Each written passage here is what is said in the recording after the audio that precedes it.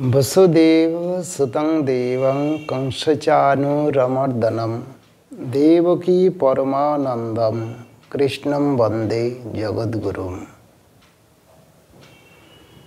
Guitar द्वितीय अध्याय सांख्ययोग আমরা আলোচনা করছি।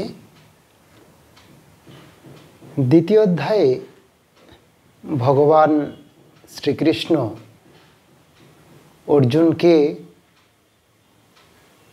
জীবনের পথগুলো এক এক করে বলছেন এবং আমাদের কোন পথে আমরা সেই আত্মজ্ঞান লাভ করতে পারবো সেটাই ভগবান অর্জুনকে বোঝাচ্ছেন।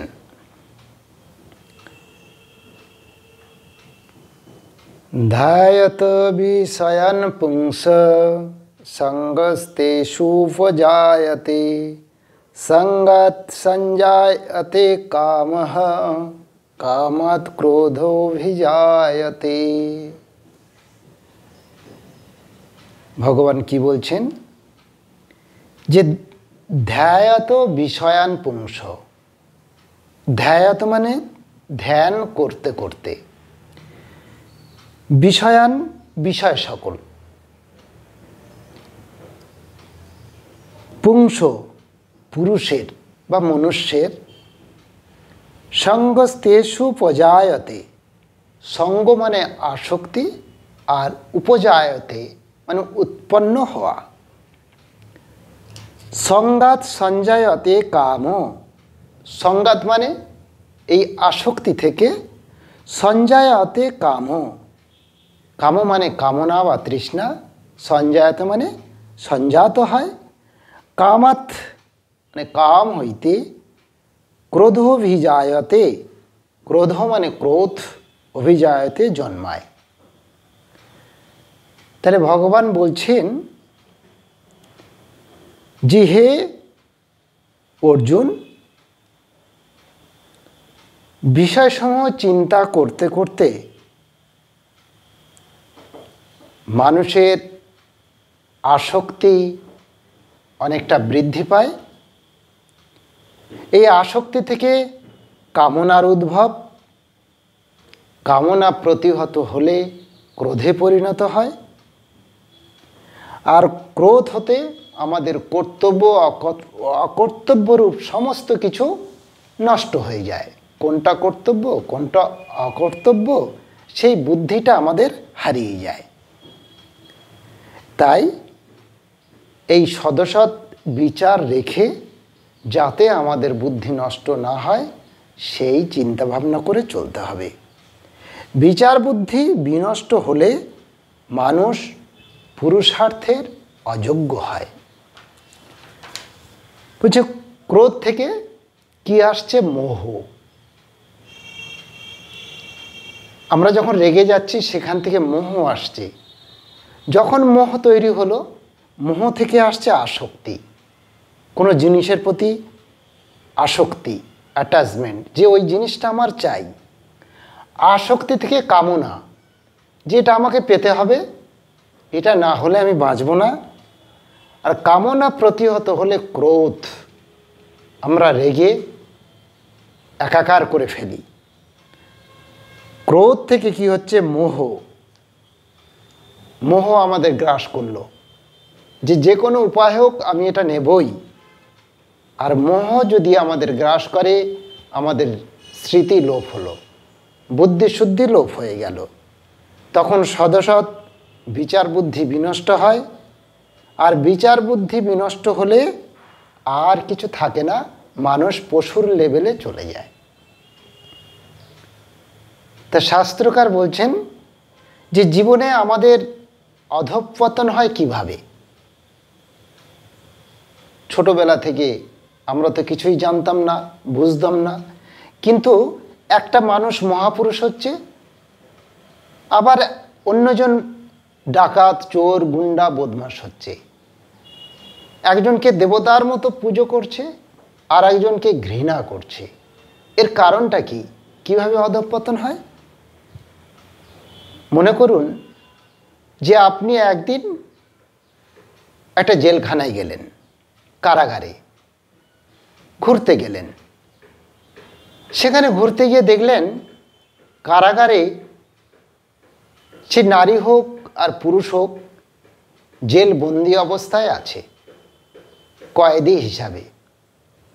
সে তো একসময় ভালো ছিল, কিন্তু সে কেন হঠাৎ কয়েদি হলো, জেলখানায় কেন বন্দি হলো, এটা আমাদের জানতে হবে।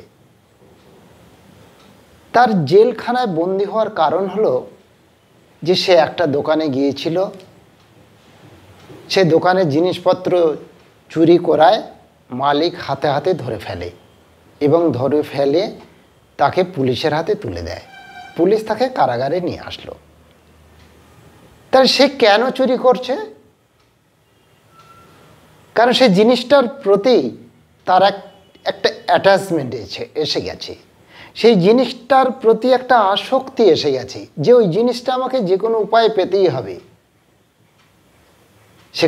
সেখানে লোভ আসলো, মোহ আসলো, আসক্তি আসলো, সদসৎ বিচার বুদ্ধির লোপ পেয়ে গেল, যার জন্যেই সেই লোকটিকে জেলখানায় যেতে হলো। ধ্যায়ত বিষয়ান পুংস, যখন বারবার আমরা ইন্দ্রিয়ভোগ্য বিষয়ে চিন্তা করতে থাকব, তখন সেই সব জিনিসগুলো আমাদের কাছে একটা আকর্ষণীয় বস্তু হিসাবে পরিগণিত হবে। আর যে কোনো জিনিস যখন আকর্ষণীয় হয় তখন আমাদের মনের মধ্যে গেঁথে যায় এবং মনটা সেখানটায় যাওয়ার চেষ্টা করে। তখন কি হয়?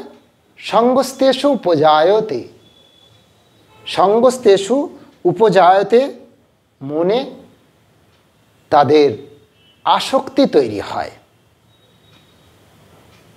পরে সেটিতে মানুষ আকৃষ্ট হয়ে ওঠে এবং বস্তুটির প্রতি আসক্ত হয়। তারপর সংঘাত সঞ্জায়তে কাম, মানে কি? আমাকে ওটা অবশ্যই পেতে হবে, এটা যে কোনো মূল্যে হোক আমার চাই। আর যখন সেই তার চাওয়াটায় কোনো মানুষ বাধা দেবে, তখন তার উপর ক্রোধের সৃষ্টি হবে, তার মনের মধ্যে রাগ তৈরি হবে এবং যে বাধা দেবে তাকে শত্রুর মতন ভাববে। ক্রোধ যখন তৈরি হলো, সঙ্গে সঙ্গে মোহ চলে এলো। তখন আপনি পরিবেশের কথা, নিজ ব্যক্তিত্বের কথা ভুলে যাবেন। যখন এই মোহ আপনাকে গ্রাস করবে, সেখানে বংশ পরিচয়, সে অবস্থায় সব কিছুই ভুলে যাবেন।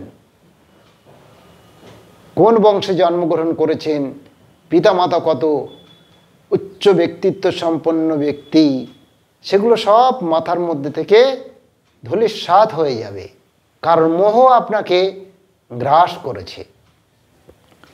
মনস্তত্ত্বে বলা হয় যে নর বা নারী যতক্ষণ ক্রোধের বশে থাকে ততক্ষণ সে উন্মাদ হয়। দেখবেন জগৎ সংসারে যখন এই মারামারি হলো, এ তাকে মেরে ফেললো, সে তাকে গুলি করলো, সে তাকে অপমান করলো, ক্রোধবশত, রাগবশত।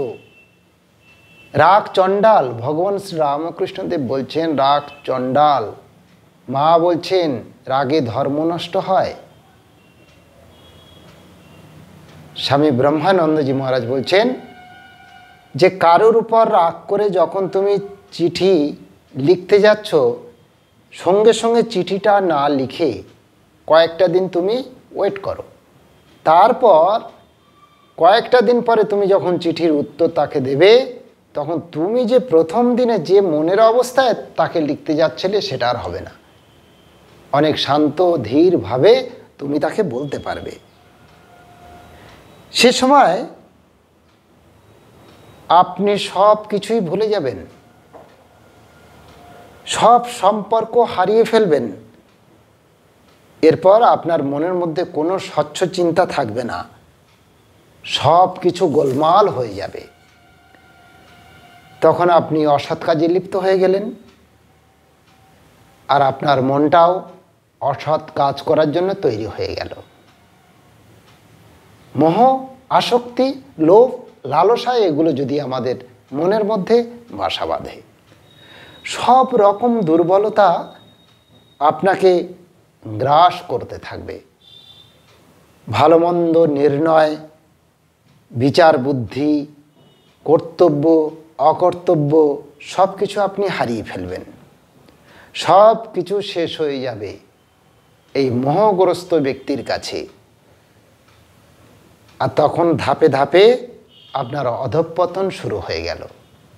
জগৎ সংসারে এই যে এত চোর ডাকাত, গুন্ডা, বদমাশ, মালখোর, এত কিছু আছে, দুষ্কর্মকারী,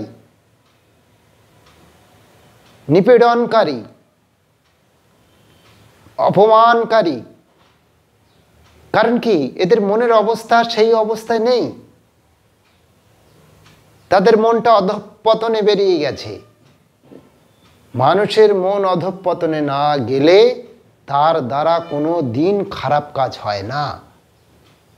সে জগতের কখনো অহিত কিছু করবে না, হিত ছাড়া। যখন তার মনের লেভেলটা অধঃপতনে চলে যাবে, পশুর লেভেলে চলে যাবে, তখন তার হিতাহিত বিবেক বুদ্ধি সব কিছু হারিয়ে ফেলবে। তার ফলে কি হবে? অপকর্ম, দুষ্কর্ম, মন্দকর্ম জগতে করবে। তাতে দশের ক্ষতি, দেশেরও ক্ষতি। আমাদের জানতে হবে মনের প্রকৃতিকে, লক্ষ্য রাখতে হবে, বারবার ওয়াচ করতে হবে যে আমাদের নেচারটা কোন দিকে ছুটে যাচ্ছে, আমাদের প্রকৃতি কোন দিকে ধাবিত হচ্ছে। তবেই আমরা এর বিরুদ্ধে লড়াই করে আরও সুস্থ এবং সুস্থিত ব্যক্তিত্ব গড়ে তুলতে পারব। আমাদের ইন্দ্রিয়গুলোকে উপেক্ষা করে ভালো দিকে ধাবিত করতে হবে, কারণ আমাদের ইন্দ্রিয় সব সময় খারাপ কাজের দিকে ধাবিত হতে চায়। তাকে ভালো কাজের দিকে ডাইভার্ট করতে হবে। ঠাকুরের কথা আছে, মোড় ঘুরিয়ে দিতে হবে। যখন আমরা খারাপ কাজ থেকে ভালো কাজে আমাদের ইন্দ্রিয়গুলোকে কাজে লাগাবো এবং যখন সেই ইন্দ্রিয়তন্ত্র শক্তিশালী হয়ে যাবে, তখন আমার দ্বারা সমগ্র বিশ্ববাসী উপকৃত হবে, আমিও নিজে উপকৃত হব। আমাদের ইন্দ্রিয়গুলোকে উপেক্ষা করে চলতে হবে। কিন্তু ইন্দ্রিয়কে দিয়েই আমাদের ধীরে ধীরে উঠতে হবে। ধরুন কোনো কূটনৈতিক বা রাজনৈতিক আত্মীয়ের কেউ একজন চুরি করল, সেক্ষেত্রে আপনি যদি সেই চোরকে না জেনে শুনে হঠাৎ অ্যাকশান নিতে শুরু করেন, তাহলে তার পিছনে তো রাজনৈতিক প্রভাব আছে, তার পিছনে ক্ষমতাশালী প্রভাব আছে, সেক্ষেত্রে আপনার ক্ষতি করতে পারে। সেইটা না করে আপনাকে কি করতে হবে না, ভালোর দিকে তাদের নিয়ে যাওয়ার চেষ্টা করতে হবে। তাছাড়া সাবধানতামূলক ব্যবস্থা নিতে হবে। যদি ভালোর দিকে সে না যায়, তাহলে সাবধানতা অবলম্বন করে আপনার সেই শত্রুতা প্রতিহত করতে হবে, যাতে করে আপনার ক্ষতি যেন আর না হয়। অশ্ব যেন আপনাকে সে নিজের মতন করে চালিত করে খাদে জঙ্গলে না ফেলে দেয়। আপনি অশ্বকে সঠিকভাবে পরিচালনা করুন এবং অশ্বকে পরিচালনা করতে শিখতে হবে। তাই আমাদের যেসব ইন্দ্রিয়গুলো আছে, চক্ষু, কর্ণ, নাসিকা, জিহ্বা, ত্বক, লক্ষ্য করুন, আমাদের যে পঞ্চ ইন্দ্রিয় আছে, এই ইন্দ্রিয়গুলো যত না ভালোর দিকে যাবে তার অধিক ভাগ মন্দের দিকে যাওয়ার চেষ্টা করে। সেটা নিজেকে ওয়াচ করতে হবে। এই চোখ আমার 24 ঘন্টায় কোন দিকে যাচ্ছে? দেবদেবীর দিকে, মন্দিরের দিকে, দেবতাদের জন্য, ঋষি মুনিদের জন্য, সৎ মানুষের জন্য, না ভালো জিনিস দেখার জন্য? এগুলো আপনারা চিন্তা করুন। আর এই চোখকে আবার ওয়াচ করুন সে কতটা মন্দের দিকে ধাবিত হচ্ছে। এটা স্রেফ চোখের কথা বললাম। কর্ণ, আপনার কান কি শুনতে চাচ্ছে? হরিনাম, ভগবানের নাম, নাকি মন্দ নাম, নাকি লায়লাপ্পা গান, নাকি বিকট সুর, কর্কশ সুর? কোনটা? এই পঞ্চ ইন্দ্রিয় আপনারা যেদিকে ধাবিত করবেন এটা সেই দিকেই যাবে। চিত্ত নাম নদী বহতি পাপায় বহতি পুণ্যায় চ। আমাদের চিত্ত নামক নদী কখনো পাপ কখনো পুণ্য জলের স্রোত বয়ে চলেছে। তাই আমাদের সব সময় সতর্ক থাকতে হবে যে ইন্দ্রিয়গুলো আছে এই ইন্দ্রিয়গুলো যাতে না আমাদেরকে ক্ষতি করতে পারে। হিতাহিত জ্ঞান শূন্য হয়ে মনুষ্যত্ব লোপের ফলে কি হচ্ছে? মানুষ পশুত্বের পর্যায়ে নেমে যাচ্ছে। মনুষ্যত্ব নাশই মানুষের পক্ষে প্রকৃত বিনাশ। ভগবান রামকৃষ্ণদেব কি বললেন? যে মান আর হুঁশ এই নিয়ে মানুষ।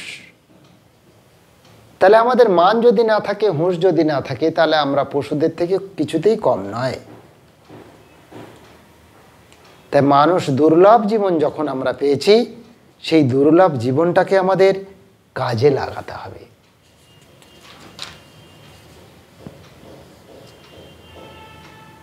ক্রোধাৎ ভবতি সন্মোহ, সন্মোহাৎ স্মৃতির বিভ্রম, স্মৃতির ভংসাৎ বুদ্ধিনাশ, বুদ্ধিনাশাৎ প্রণশ্যতি।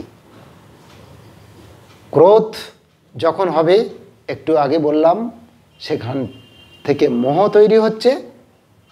মোহ থেকে স্মৃতি বিভ্রম, সদসৎ বিচার বুদ্ধি লোভ, স্মৃতির ভংসাৎ বুদ্ধিনাশ। তারপরে আমাদের সুবুদ্ধি যেটা সেটা নষ্ট হয়ে গেল। আর যখনই বুদ্ধি নষ্ট হয়ে যাবে তখন আমাদের অধঃপতন, আমরা নস্যাৎ বিনাশ হয়ে যাব। রাগোদ্দেশ্য বিযুক্তেস্তু বিষয়ানিন্দ্রিয়শ্চরণ, আত্মবশের বিধে আত্মা প্রসাদম অধিগচ্ছতি। ভগবান বলছেন রাগদেশ বিযুক্ত এই আসক্তি এবং বিদ্বেষ বর্জিত, আত্মবশেই স্বীয় বশীভূত ইন্দ্রিয় মানে ইন্দ্রিয়গণ, পঞ্চ ইন্দ্র, দশ ইন্দ্র, বিষয়ান বিষয়সমূহ চরণ বিচরণ করা, আর বিধেয় আত্মা অর্থাৎ ইচ্ছানুসারে যাহার চিত্ত বশীভূত হয় তিনি বিধেয় আত্মা। প্রসাদম প্রসন্নতা বা শান্তি, অধিগচ্ছতি মানে অধিগত হন। শাস্ত্রকার বলছেন যে কর্তব্য কর্ম করতে হবে। আমাদের কোনটা কর্তব্য কর্ম? দৈনিক আমাদের যেটা, সেটা আমাদের করা বাঞ্ছনীয়। স্বধর্ম ত্যাগ গীতার উপদেশ নয়। স্বধর্মে নিধনাং শ্রেয়, পরধর্ম ভয়াবহ। আমরা পরে পাব, গীতায় ভগবান বলবেন অর্জুনকে। কিন্তু সব কাজই করতে হবে নির্লিপ্ত হয়ে। তাই জন্যে স্বামী বিবেকানন্দ নিষ্কাম কর্মযোগ চালু করলেন।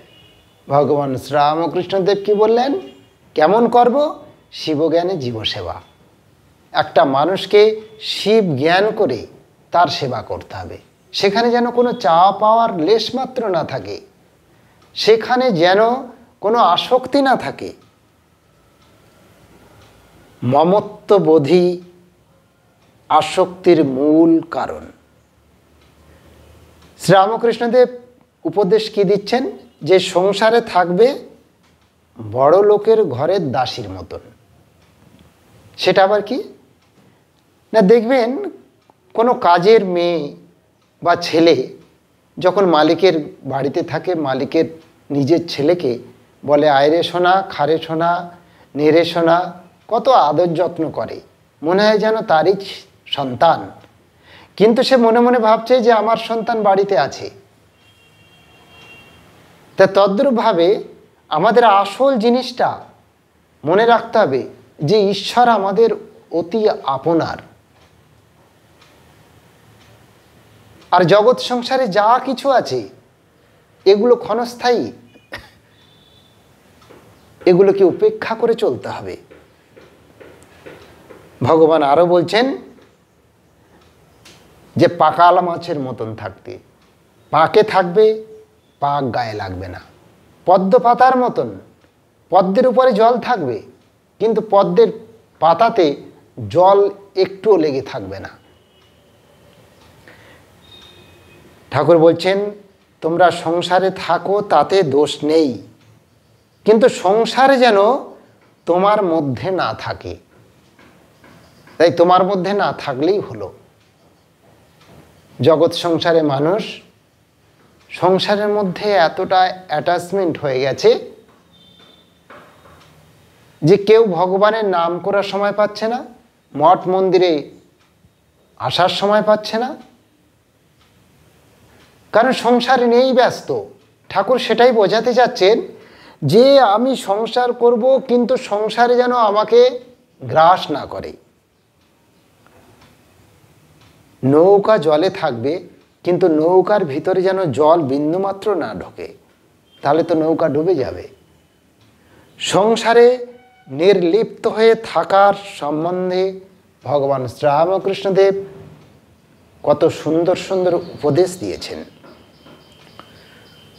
মুক্ত পুরুষ সংসারে কি রকম থাকে জানো? ভগবান বলছেন পানকৌড়ি যেমন জলে থাকে কিন্তু তাদের গায়ে জল লাগে না, যদিও বা পালকে জল লেগে যায়, একটা ঝাঁকানি দিলে সব জলগুলো পড়ে যায়। নিষ্কাম কর্মই শ্রেষ্ঠ ত্যাগ। সে সম্বন্ধে স্বামীজি বলছেন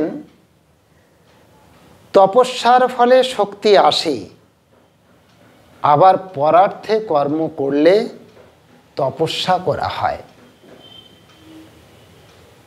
পরার্থে বলতে সেখানে যেন আমার কোনো স্বার্থ জড়িত না থাকে, সেটাই নিষ্কাম কর্ম।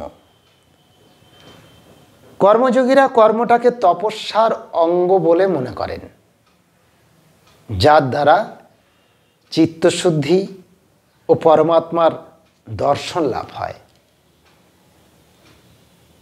এরপরে গীতায় আমরা দেখব চিত্তস্য শুদ্ধয়ে কর্ম নত বস্তু উপলব্ধয়ে, যে চিত্ত শুদ্ধ করার জন্য নিষ্কাম কর্ম। তাহলে যখনই চিত্ত শুদ্ধ হয়ে যাবে অটোমেটিক্যালি সেখানে ভগবান আসবেন। তাই আমাদের নিষ্কাম কর্মের দ্বারা চিত্তটাকে শুদ্ধ করতে হবে। গীতায় ভগবান বলছেন সংসারে থাকো, ইন্দ্রিয়ভোগ্য বিষয়ের মধ্যে থাকো, এতে কোনো দোষের নয়, কিন্তু যেসব শক্তির প্রবণতা রয়েছে তোমাকে নিচে টেনে নিয়ে যাওয়ার, তাদের বিরুদ্ধে সংগ্রাম করো, নিজ শক্তি বৃদ্ধির জন্য কিছু কাজ করো।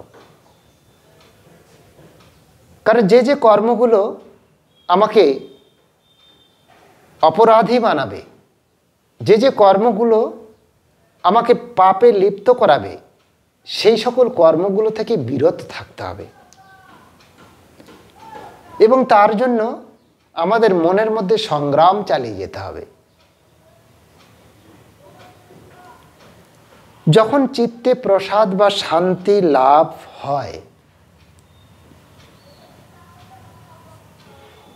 ভগবান অর্জুনকে বলছেন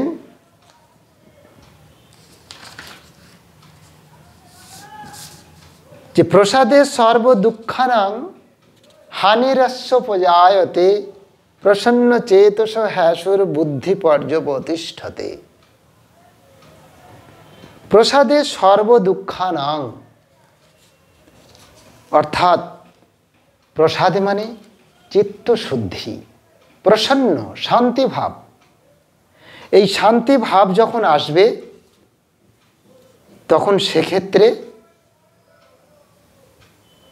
আমাদের ভিতরের কোনো কষ্ট, দুঃখ, জ্বালা, যন্ত্রণা এগুলো কোনো কিছুই থাকবে না। তখন আমরা শান্তি লাভ করব। সর্ব দুঃখানাম হানি, সমস্ত দুঃখর নাশ হবে, সমস্ত দুঃখ থেকে আমরা মুক্ত পাব, মুক্ত হব। সংসারের নানা প্রলোভনের মধ্যে বসবাস করছে এমন বহু মানুষ আছে। সাধারণ মানুষের মনের মধ্যেও কিন্তু স্থির বুদ্ধি দেখা যায়। জগতে যদি দেখেন তাহলে জগতের মানুষের বেশ বহু মানুষের মধ্যে আপনারা দেখেননি পেপারে লেখা থাকে অমুক টোটো চালক টোটোতে এত টাকা পেয়েছে, সেটা থানাতে জমা দেওয়া হয়েছে। অমুক ড্রাইভার বাসের মধ্যে ব্যাগ ফেলে দিয়ে গেছিল, সে ড্রাইভারটি ব্যাগটা কুড়িয়ে নিয়ে জমা দিল। আমাদের রামকৃষ্ণ মঠ মিশনের কলকাতায় যে ইনস্টিটিউট অফ কালচার আছে, তা একবার জনৈক ব্যক্তি দিল্লি থেকে এসছেন। এবার 3-4 দিন থাকার পর যখন দিল্লিতে ব্যাক করবেন, ভুলবশত তার পাসপোর্ট এবং 10,000 টাকার একটা বান্ডেল বালিশের নিচে রেখে দিয়েই চলে গেছে, মনে নেই। এবার ওই সব রুমগুলো তো কর্মীরা পরিষ্কার করে, তাদের বেতন কত হবে? এই 2,500, 3,000, 4,000, 5,000 বা 7,000। কিন্তু ওই কম বেতনের দ্বারা তারা কিন্তু তাদের সেই সততা বজায় রেখে দিয়েছে। তারা ঘর পরিষ্কার করে যখন বালিশটা তুলে ফেলল, তখন দেখলো যে সেখানে টাকার বান্ডেল এবং পাসপোর্ট আছে। ইনস্টিটিউট অফ কালচারের সেক্রেটারি মহারাজের কাছে জমা দিয়ে দিল। তাহলে দেখুন যে সাধারণ মানুষের মধ্যেও সেই স্থির বুদ্ধি, সেই সৎ মনোভাব এগুলো বজায় আছে। আবার কিছু কিছু ক্ষেত্রে উচ্চবিত্ত সম্পন্ন পরিবারের সন্তানরা তারা চুরি, চামারি, ডাকাতি এগুলো সব করছে। একদিকে সংস্কার, একদিকে সঙ্গ, আর অন্যদিকে ঈশ্বরের প্রতি আমাদের যদি আন্তরিক টান না থাকে, আন্তরিক ভালোবাসা না থাকে, তাহলে সেক্ষেত্রে আমাদের পদে পদে বিঘ্নিত হতে হবে, পদে পদে বিপদ আসবে। তাই আমাদের ইন্দ্রিয়গুলোকে সংযত করে রাখতে হবে। কিন্তু এই রকম দৃষ্টিভঙ্গি বর্তমান সমাজে কমে যাচ্ছে। বর্তমান সমাজের দিকে দেখুন, সেই সৎ মনোভাব সম্পন্ন মানুষ, সেই হাসি খুশি মানুষ, নিষ্কাম কর্ম করা মানুষ, প্রশান্তিযুক্ত সুন্দর হাসির মানুষ বর্তমানে ধীরে ধীরে কমতে থাকছে। তার বিনিময়ে খারাপ মানুষের সংখ্যা, দুষ্কৃতির সংখ্যা এগুলো আস্তে আস্তে বাড়তে থাকছে। তাহলে কমে যাওয়ার কারণ কি? ভালো মানুষের সংখ্যা যে ইন্দ্রিয়তন্ত্র অত্যন্ত প্রবল, আর এই ইন্দ্রিয়তন্ত্রকে প্রতিহত করার জন্য তার নিয়ন্ত্রণকারী বুদ্ধি নাই, যার জন্যেই সমাজে এই অপকর্ম, দুষ্কর্ম এগুলো বেড়েই চলেছে।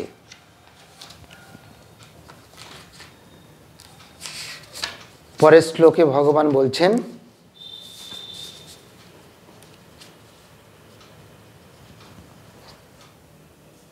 যে হ্যাঁ, এখানে একটা কথা বলে রাখা ভালো,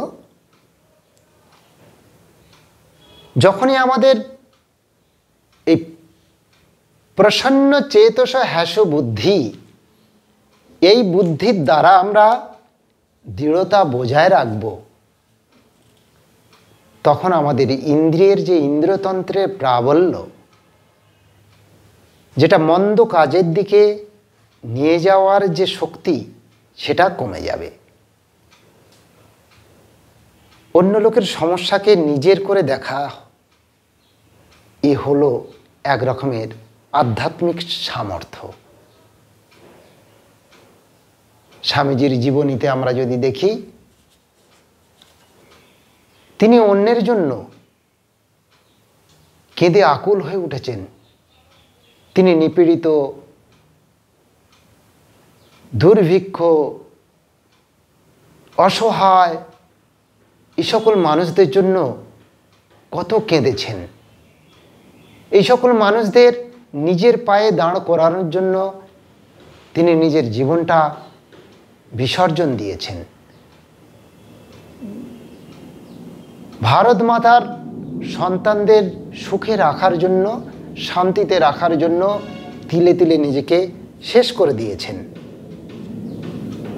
এ সামর্থ্যের অধিকারী সকলেই হতে পারে। স্বামী বিবেকানন্দ বলছেন যে আবার সমাজের উচ্চ শ্রেণীর মধ্যেও নাও দেখা দিতে পারে।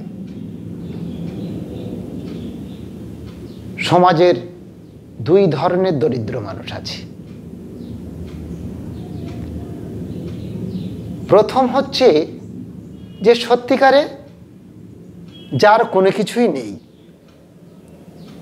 যেটাকে বলে সাধারণ দরিদ্র লোক, সাধারণ দরিদ্র মানুষ। আর দু নম্বরটা কি আছে? দারিদ্র ক্লিষ্ট ধনী। তার প্রচুর পয়সা আছে কিন্তু মনের দিক থেকে গরিব।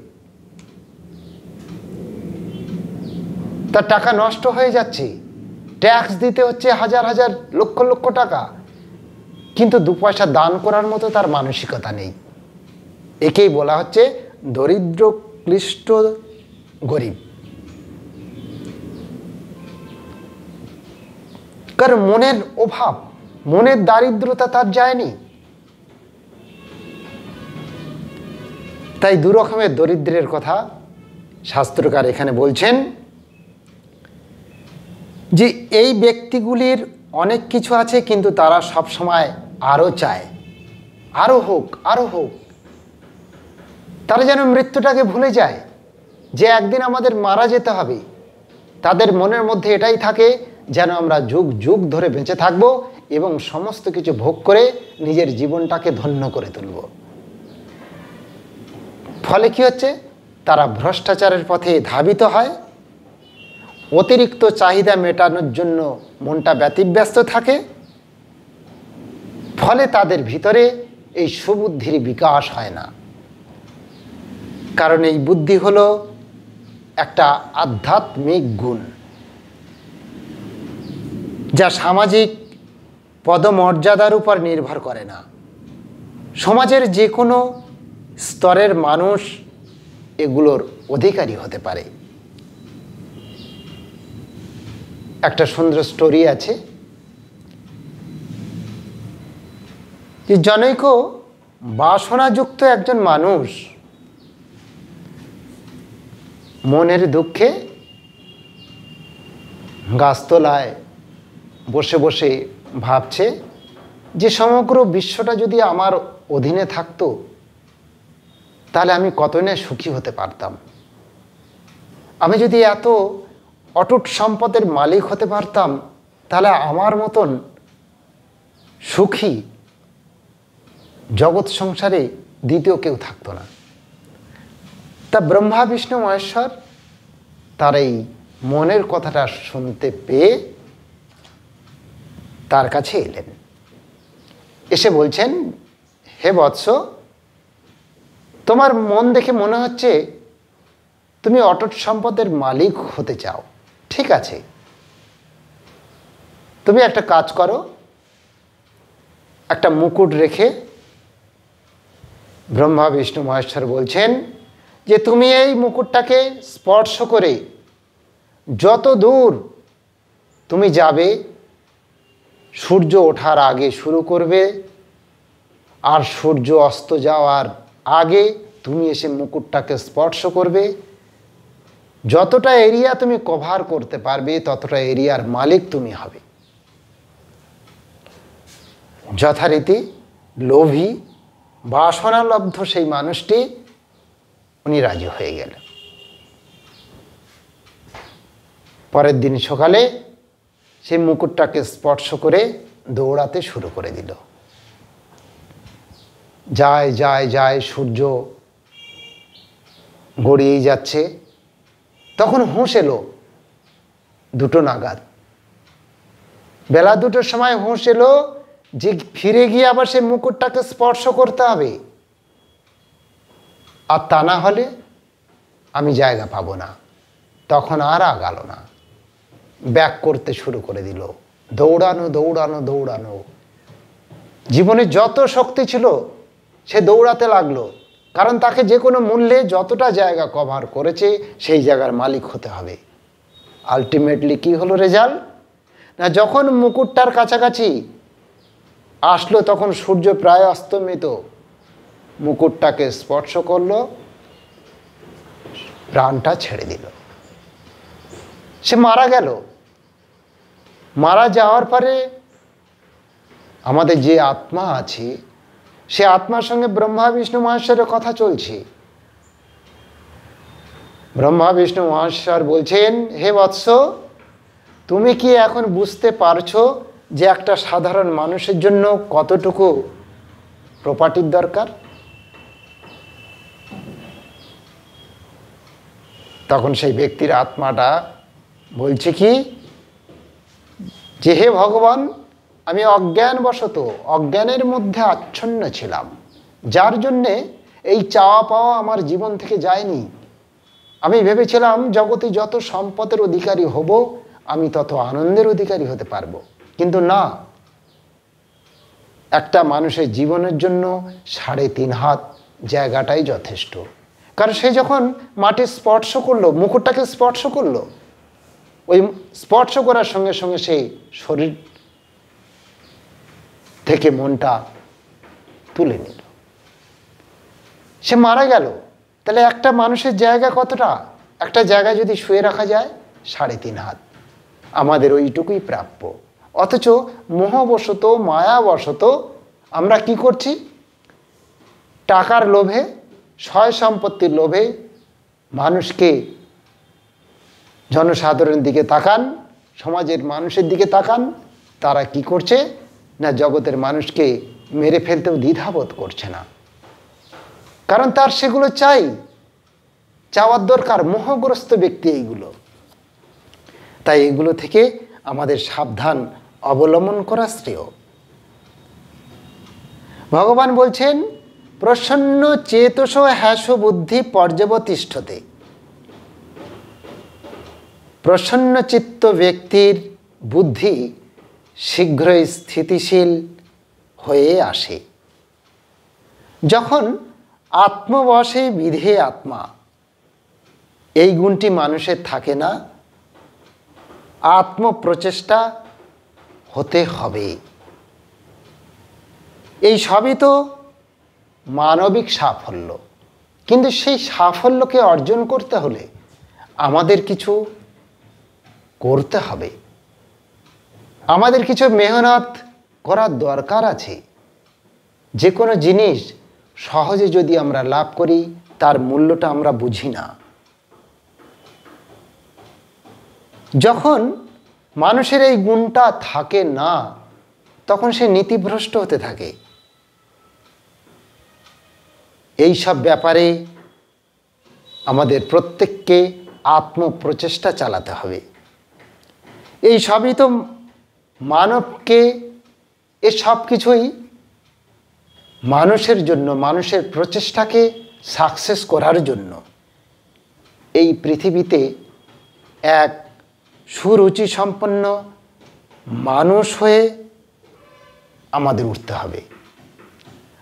আর এই সুরুচি সম্পন্ন মানুষ হয়ে আপনার অন্তরে যে অনন্ত আত্মা লুকিয়ে আছেন তাকে উপলব্ধি করতে হবে। বেদান্ত বলছেন যে কেবল একটি প্রাণী হয়ে থেকো না, মুক্ত হও। ইন্দ্রিয় স্তরে এই সংযমী হলো যোগ, আর এই ইন্দ্রিয় সুখের স্তরে পড়ে থাকাকেই বলা হয় ভোগ।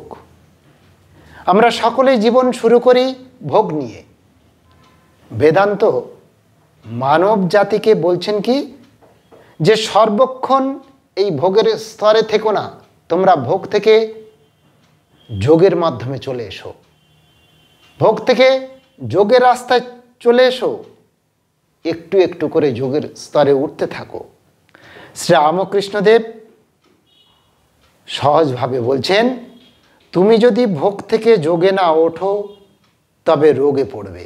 অর্থাৎ তুমি সব রকম মানবিক, মানসিক ও স্নায়বিক রোগের শিকার হবে এবং সামাজিক চাপের প্রাবল্য তোমার ভিতরে দেখা দেবে। তিনি আবার 3 ধরনের আনন্দের কথা বলেছেন, যা সকলেই পেতে পারে। প্রথমটা হচ্ছে কি, বিষয়ানন্দ।